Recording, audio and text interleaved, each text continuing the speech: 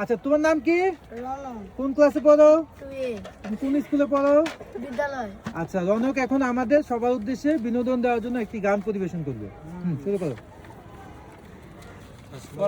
গাও গাও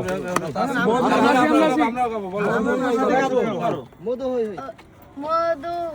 হই আরে বিষ খাওয়াইলা, মধু হই হই আরে বিষ খাওয়াইলা, কোন হারনে ভালোবাসার দাম দিলা, তুই কোন ভাষণ পাই ভালোবাসার দাম দিলা। আশায় আছি তোমারে লই, বন্ধু মেকর সুখেরি ঘর।